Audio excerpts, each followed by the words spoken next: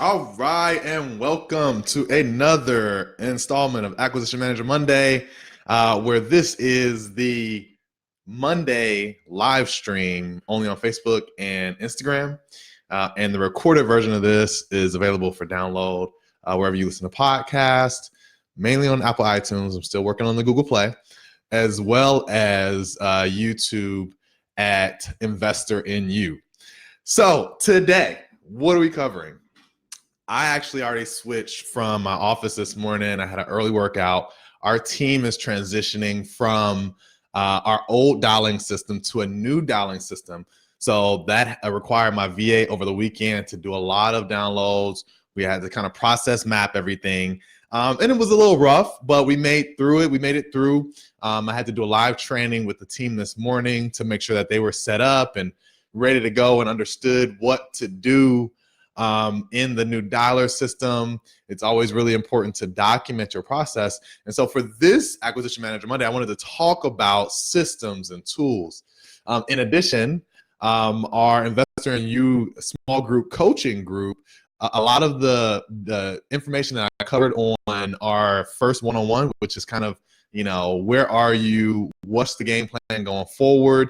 A lot of what I've ended up discussing was information about systems and solutions so that people could kind of get more efficiency and productivity with what they already have. I was surprised actually that a lot of the people that were signing up were still doing a lot of hand dialing or using kind of separate systems, or even doing a lot of manual data entry themselves. And so I want to take you guys back. I want to start from the beginning. I want to start back in 2016. So I'm just getting going.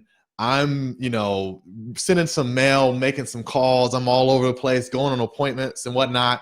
And then I heard a great podcast. It was actually I think it was Tom Kroll on Joe McCall's podcast, and talked about the importance of a great virtual assistant. And Thomas had his assistant, Lorena, since probably 2015, 2014.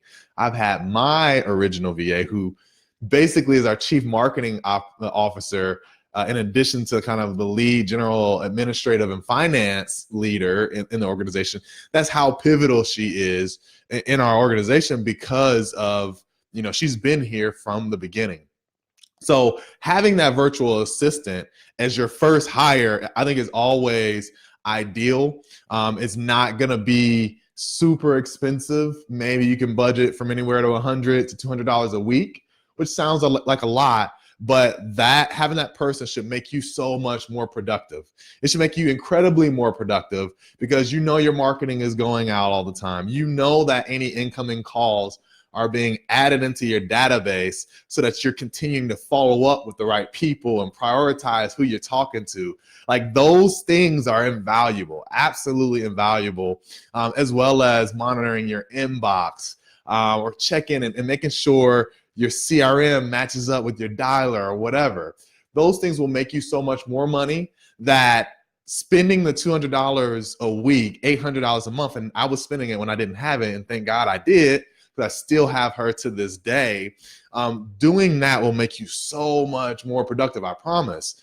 And so I still agree that the first hire for any entrepreneur, and this could be not even wholesale related, should be a virtual assistant. A woman from the Philippines is what I was taught. And that's worked out. We have multiple women from the Philippines working for us. They're very loyal. They work in the telemarketing industry a lot. They have college degrees, and English is kind of broadcast on the TVs and movies that they see out there. So English as a second language is major out there. So that's usually the best bet.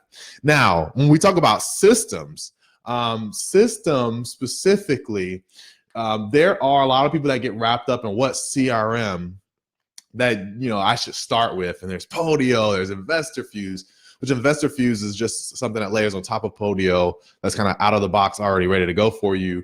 There's Infusionsoft, FreedomSoft, there's a bunch of stuff. And, you know, people get wrapped up in that and they're not focusing on making money.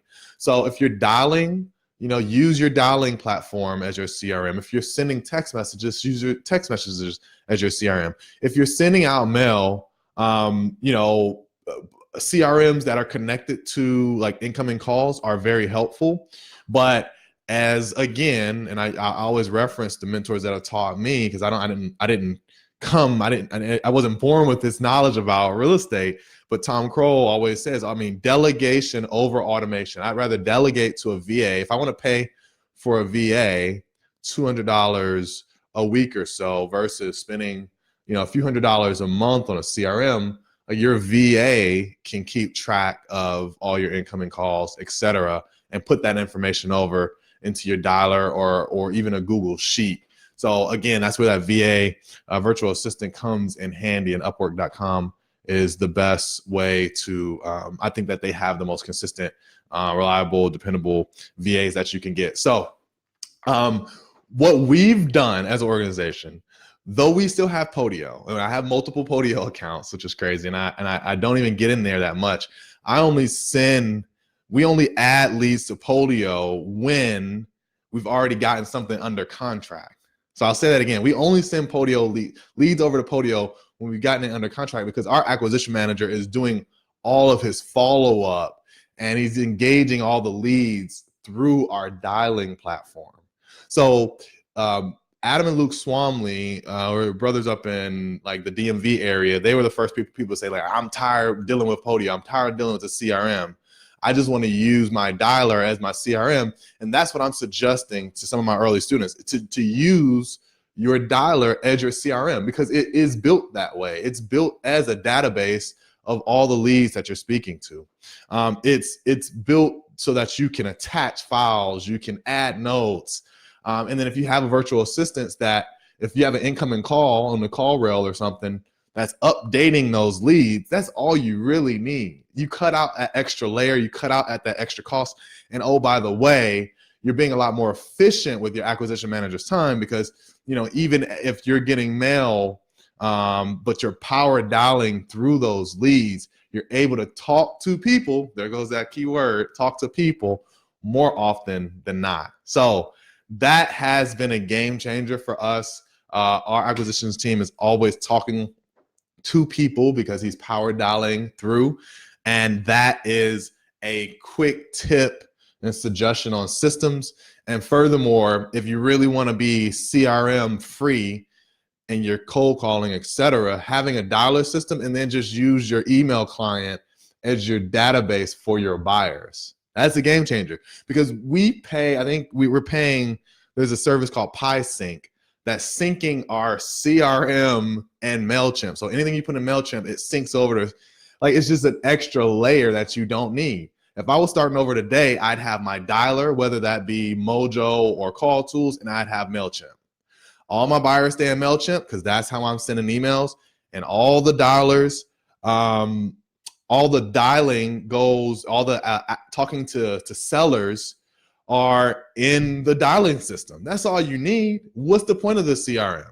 Just because it looks nice and it's a buzzword and everybody says you got to get Podio, you don't need it. It's an extra cost. So that's a quick suggestion and tip that I'm suggesting to people to just use. If you're cold calling, you can use your dialer for your acquisition activities and your seller leads. Have a VA manage and update that. Use maybe CallRail for your phone numbers, and then use MailChimp as your buyer database, because all you're going to end up doing is duplicating the records in Podio. But if you keep it there, you're always dialing leads, and you keep your database uptight and tight with notes on where you met the lead and how you're sending the email. That's all you really need. So that's kind of one of the things that I'm talking with all the new students in the Investor in You coaching program about that. And that's what I'm suggesting, just so you can get straight to generating revenue. And that's super important, especially early on in those first 90 days where you're building up that pipeline till you're bursting at the seams with deals and opportunities. So cool. That's my Acquisition Manager Monday quick tip. I have a question. Do you suggest to get that before or after your first deal. So get that. I don't know if you're talking about a CRM, but honestly, revenue in first position, I would be making sure that I am speaking to sellers, that I am going on appointments. It's very important to go on a lot of appointments early on. Even if you're dialing, don't try to figure out how to do deals all over the phone. I would jump right into going on appointments, because you got to be able to close in person to even kind of consider closing on the phone. I take that back. You as an entrepreneur should, as the business owner, you should learn that skill. But I did train my acquisition manager to start closing deals over the phone with never even visiting Atlanta. He's actually out of the country. But I was able to do that because I had to teach him how to do that. And I used to go on every appointment. So the question was, should you get a VA before you're getting your first deal? No, get a few deals. Get a few deals. That's a good question. I mean, I didn't explicitly state that, but definitely get a few deals first under your belt, 1 to 3. However, what I've done with these coaching students is one of the first things I ask anybody is like, what amount of resources do you have? It kind of depends on your resources, right? If I came out the gate swinging, like I came out with $50K budget, somebody, blessed me with an opportunity to say, here's $50K, go start your business, I probably would get a VA first. Like I would get coaching. I would probably get mentor coaching. I would get my virtual assistant. And then I would start pumping a equal amount of money into marketing consistently week over week. So I'm gonna repeat that last piece. I would pump a consistent amount of marketing dollars week over week, and put that out there, whether that's a dialer or whether that's mail. I'm just gonna make sure it's consistent. You don't blast, a bunch of marketing out there like 10K, 20K, and 30K. Just make sure you break it up so it's consistent. So you're not going through this roller coaster of a bunch of leads coming in and a bunch of and no lead, no contacts going out. Bunch of leads, like just make sure that's consistent. So I probably would, depending on my resources, if I had the funds to get a VA up front, I would do that, because they're learning with you everything that you're learning. And you can actually, if you have a sharp VA, you can tell them to learn the system and then tell you about it. So for instance, I don't know how to work Zapier. I don't know how to work WebMerge. I barely know how to work DocuSign. Podio, a little shaky. That's because I gave my virtual assistant the user and the password and said, hey, figure it out. Contact support while I get over here and go on appointments and talk to sellers, and talk to buyers. Buyers are your best way to learn how to evaluate a deal so that you can make the right offers to a seller. But yes, if the soonest that you can get a virtual assistant, if you with the right amount of resources, you got to have resources for marketing as well as administrative tasks. As soon as you can get that, that's going to be super helpful. Cool. So someone who's a one-man team with a budget of $500 to $1,000 a month, cold calling, what's the best strategy? I don't have a dialer yet, but thinking about Mojo. Yeah, get a dialer. Get a dialer, even if it's a single line dialer. Mojo dials, if you're going to use Mojo, and you have a budget of $500 to $1,000, start with small list. The harder to get the list, the better it's going to be. So if I got $500 to $1,000, I'm not going to go buy no big list source list. I'll probably either drive for dollars or go pull an eviction list from the county, get it skip trace. I'm going to get a dialer for sure. I'd get a Mojo. And you can start with a single line dialer or a double line dialer.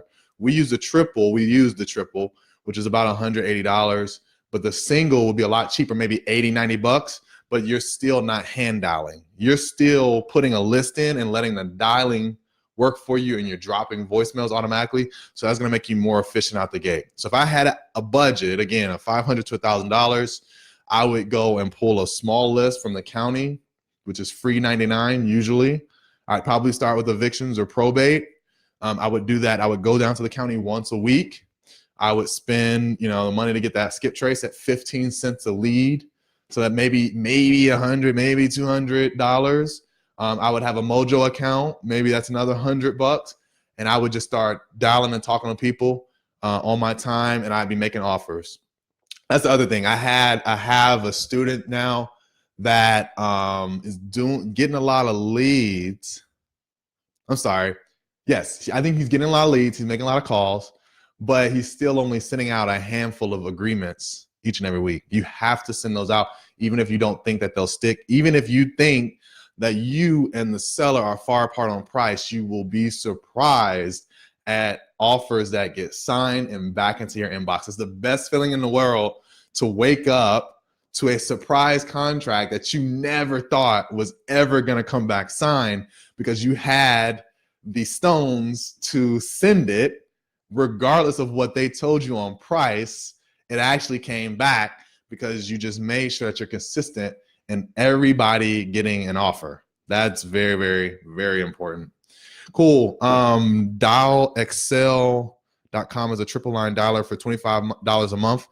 Thanks, Chris. DialExcel.com for those on Instagram. $25 a month. Hey, do what you can. Find the resources as cheap as possible. The only thing that I would not be budget on or be value driven or be cheap on is my skip tracing data. That skip tracing data will waste your life. It will waste your time. If you have to pay a premium to get data correct, do it all day. I was paying $500 a month for TLO just to have access. But it's worth it, because if I could spend 2 hours and actually get in contact with 30 people, 15 contacts per hour is kind of the standard. I would much rather be paying that money to get good data, because other than that, you're just spinning your wheels. So cool. That's all I got, guys. Again, this is the live stream. Anybody wants any more information, remember, REI Live Atlanta is the next event. Is September 12th. We're going to be talking about rehabbing with Alexis Lee. I can't wait. I'm actually going to be visiting some of her projects later this week. I'll do a video and share that with you. She's really big into fix and flip and also Airbnb and short-term rental. So if you're in Atlanta, if you're in the Atlanta area, it doesn't matter. Wherever you are, short-term rentals is not going away. I know so many people that are covering mortgages with just renting out their Airbnb over the weekend, and like anything else is just extra. Like that is the move, honestly, because I think you get less wear and tear on your property than dealing with somebody that's staying for long periods of time, etc. Short-term rentals and Airbnb is something to really consider. I'm actually looking for my first, but I'm going to be touring one of Alexis's properties here soon.